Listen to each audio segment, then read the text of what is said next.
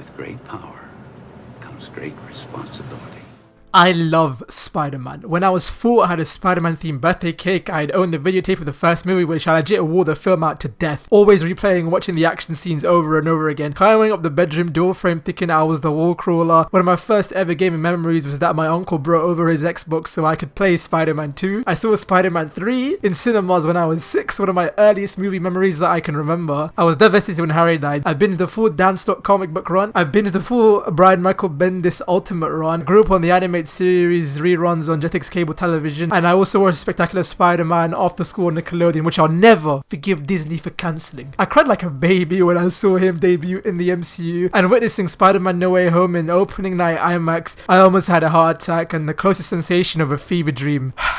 In short, I'm a big fan of Stan Lee and Steve Ditko's creation. However, there was one medium left untouched when it came to storytelling of the friendly neighborhood wallcrawler: the novels. And no, not the graphic novels with the sequential and storytelling. I'm talking about the books with words. Oh, scary, no pictures. Oh. Yeah, it's only in very recent years where I became a bit of a bookworm, and one of the easiest ways that got me into reading was picking the literary prose form of some of my favorite costume and cowed heroes. And personally, my favorite of the batch being Adam Troy Castro's Spider-Man Sinister 6 trilogy, spanning from March 1st of 1999 to March 6th of 2002. This trifecta of novel captures everything I love about Spider-Man, from the themes and life lessons, but also a gripping action thriller set in New York, The Gathering of the Sinister Six. At the behest of a deadly benefactor known only as the Gentleman, a man shrouded with mystery has come back to the island of Manhattan after a very long hiatus away, with his aim to once and for all take out a red and blue wallcrawler, so alluding to that he knows more about Spider-Man than meets the eye, hinting to even far back to when Peter's parents were alive. This guy has experienced a lot of stuff in his life. Think of him as an evil old Alfred in his demeanor. He sees those below him as ants, and instead acting like a maniac trying to murder everyone, he believes he's so far too good for even that. He's rich, evil, and knows how to get his way, whether that be through his money, his reputation, or even his genius level of emotional manipulation.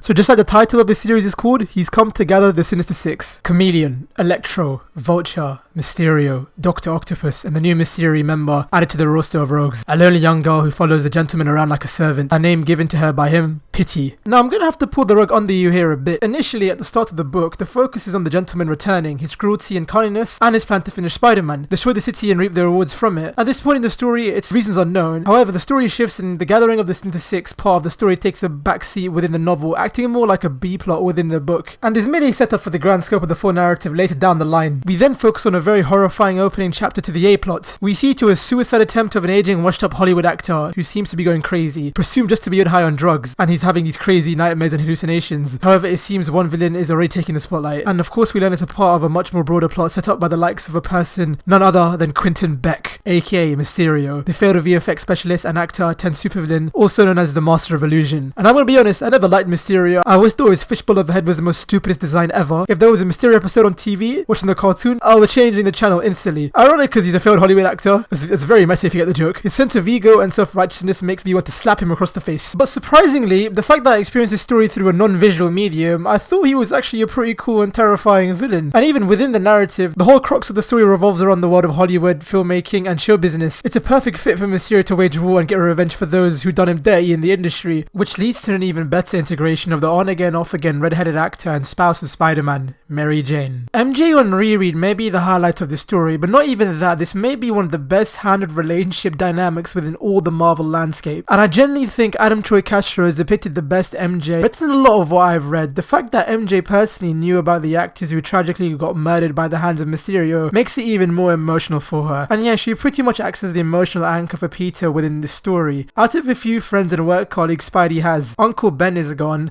Aunt May has passed, Harry Osborn, Gwen Stacy, and also Ned Leeds all gone. MJ is pretty much the only one left for him. And Castro depicts their relationship in such a real way. They're both trying to hold down the fort, you know, bills and payments. And now this Mysterio madness, Spidey takes it upon himself to make sure his wife is not in any emotional distress. Their dialogue and interactions, at this point in the story they are married, so you feel the weight from both perspectives. Spidey trying to save every single life as possible, trying to balance their hero and non-hero life, yet with MJ it's the unknowing fear that your husband might not make it back home tonight. I feel like with the Raimi films we were so close to seeing that depiction on screen, but we just missed out unfortunately. Still to this day I'm curious how Spider-Man 4 would have been. Ah, damn it. The adult married Peter Parker is my favourite time period within Spider-Man's lore, and again, Adam Troy Castro did a splendid job within that time period. I hope more storytellers, whether that be from the video games or the movies, cartoons, and even the comics, dive more into that adult married side of Spider-Man. Hell, let me do it. I'll do it for you. So we have a back and forth cat and mouse story between Spidey, the Daily Bugle reporters, and MJ trying to solve the case, and Quentin Beck on his psycho killing plot to take out other actors and producers that apparently ruined his career. And knowing Mysterio, you know a spectacle of a show is going to be displayed. For example, we have a funeral scene taking place where all of a sudden, out of nowhere, famous actors and silver screen characters from cartoons to Bruce Lee to Sean Connery are being projected wreaking havoc. At a funeral, that is very dark. To even a Broadway theatre performance, a very cheesy submarine story musical with a very terrible score, I might add. Okay, I wanted to record this because this is pretty fun, not gonna lie. I'm gonna give you some background context here. Okay, so basically Mysterio is on his revenge plot, of course, and all of a sudden he's aiming and targeting this Broadway show, and it's about a submarine, and there is a song, and this whole submarine play has been is depicted throughout this entire trilogy as like a background recurring joke, because it's a very cheesy submarine Broadway show. I've never been to a Broadway show, but it is what it is. But here is the song, which is hilariously cheesy, and it's so bad that I love it. So here we go. Hull breach. They sang in union. We have a hull breach, sinking into darkness with a hull breach. The door sliding shut with a hull breach. Water blades a stabbing from a hull breach. Can we rise again? Will we see the sun? Will the captain save us to see the battle done? The cross line of the naval warriors parted in perfect sync to reveal the American captain striding from the bridge with a determined expression on his face. I can feel her pressing down on my skin, the roar of the sea as it comes rushing in, weighing us down to make us all drown. But is that why I feel that I can't catch my breath? Is it the choice between love and death? Is it the pain in my love and chest, lungs grasping for air, or the heartache I feel when I know she's not there? It is the rusting sea on my rushing gal. An explosion from behind, and that's when Mysterio attacks, and we have a giant mechanical shark. Oh, it's so cool. Luckily, Beck gets taken down and the first third of this saga wraps up. The narrative on its own is very tragic, hence the deaths that we witness within the story, the effects that it had on the cast and characters from Peter, MJ, the journalists and movie reporters of the Bugle, and the lone child who lost her father to the hands of Mysterio. However, the undertones are just as dark and tragic as the ones at the forefront. It seems like Castro already went in and fired shots at Hollywood and the industry in general. How these sleazy producers and film studios don't really care for the well-being of their own people, and only care for clout, clicks, ratings and box office numbers. Unfortunately, something that's still happening now to this day. I do appreciate the weeb social commentary on that, and it's mainly from the view of MJ we see, as of course she's an actor with a good sense of morals and a good heart. With things finally looking to settle down, we get hit by a curveball. Mysterio breaks out as soon as he gets taken in with the help of the chameleon, and more sinister things to come very soon. With Peter and MJ relaxing on a successful day's work, we come to the mic-dropping news that Peter Parker may potentially have a long-lost sister. End of gathering of the Sinister Six. And boy, let me tell you, what an ending that was for a first-time read. This is the first time where I was genuinely interested in the flashbacks and backstory of Mary and Richard Parker. The first book of this trilogy is merely a prologue for what's to come. Within every 3 to 4 chapters, the story switches back to see what the Sinister Six are doing. From Adrian Toombs, aka the Vulture, just living a day-to-day life laying low in the lower ends of New York, to Max Dillon, aka Electro, being held in a high-level security prison, to Doc Ock, who as of this moment doesn't even have his limbs due to a previous event in the mythos, with Chameleon going from head-to-head, breaking out and recruiting each member thanks to his shape-shifting abilities. And if you thought Mysterio was a handful alone for Spidey, just wait till they are all together to face him. Revenge of the Sinister Six. So Gathering of the Sinister Six pretty much feels like a book one, if you know what I mean, mainly set up and building the groundwork for what's to come. Revenge of the Sinister Six on the other hand is equivalent to a summer superhero blockbuster event of a movie, very much along the lines of something like what we see in Into the Spider-Verse or Spider-Man No Way Home. The scale of this book goes from 1 to 100, from epic set pieces, switching the POV from different characters other than Spider-Man, to even more mic-dropping moments that will leave your jaw on the floor. The book itself is structured perfectly and paced very well thanks to Castro's choice of structure. Following the 3-act structure, the first act is pretty much the preparation of the 6 villains on their mission. We get very interesting interactions and dialogue when they're all in the same room, and it's just fascinating to see all these flawed characters trying to reap the rewards for their own personal benefits, yet they just about agree to working with each other due to their collectively shared hatred of Spider-Man. The fact that heavy hitters such as Electro, who is considered the most powerful of the group, and someone like Doc Ock, who is considered the most dangerous of his rogues gallery, are pretty much both bending the knee to someone like the Gentleman, it goes to show how twisted and sadistic he is. Like, all the 6 are villainous bastards, but when they're all in the same house and they see how the Gentleman has treated Pity and how he's pretty much taken the soul out of this poor girl, even they are a bit taken back by the level of his misdeeds. But alas, they will move forward with the mission. On the other side of Manhattan, you have Peter doing his detective work on his parents and his supposed long-lost sister he just came to know about. And knowing the luck of the Spider, it's a bit of a sticky one, no pun intended, trying to convince SHIELD operatives to pull out classified files on his parents, but in doing so he's got to drop his own name, which is something he just can't do. So it's so close yet so far to find out about his past. He even heads to the Avengers Mansion to see if they can act as a middleman to get classified data, and we have this amazing chapter where Spider-Man meets Captain America, and it's just this awesome one-to-one session of them talking. All Peter has to do is tell Captain America his name, Cap, the Captain America, the most loyal, humble, honest, good guy in the Marvel universe, and even then he can't tell him his name. Even with someone like Steve Rogers, he still to this day upholds his uncle's message more than anything and anyone else. It's what makes Spider-Man Spider-Man. The second act is the meat of the book. J. Jonah Jameson and his staff are doing their usual stick on Spider-Man, suing the public opinion on New Yorkers, where all of a sudden an explosion goes off with all the lineup of rogues making their grand entrance and announcing that the next day will be a day of terror for New York and the day Spider-Man will finally break. The rest of the story taking place roughly within the span of 24 hours, with sequence of events shown to you via timestamps every time there's a change of scene, time or POV. They're quite hefty chapters in length, so allocating timestamps is something that really gives the reader a chance to pace themselves easily and not burn themselves out. And when I tell you there's a time where somebody wishes they are a superhero, this is definitely not one of those times. Imagine waking up at 4 AM already bruised and battered from the beating you had the previous night by faces you despise, then being told that all the places of your iconic tragedies took place, from Gwen Stacy, Captain Stacy, Harry Osborn, are all going to be replicated. The 6 have pretty much spread out across the island of Manhattan, occupying certain sectors to cause even more pain and misery to innocents around them. Bear in mind, this is during a very cold winter's morning in New York. I'm a Londoner, so I can relate to the pain of the weather.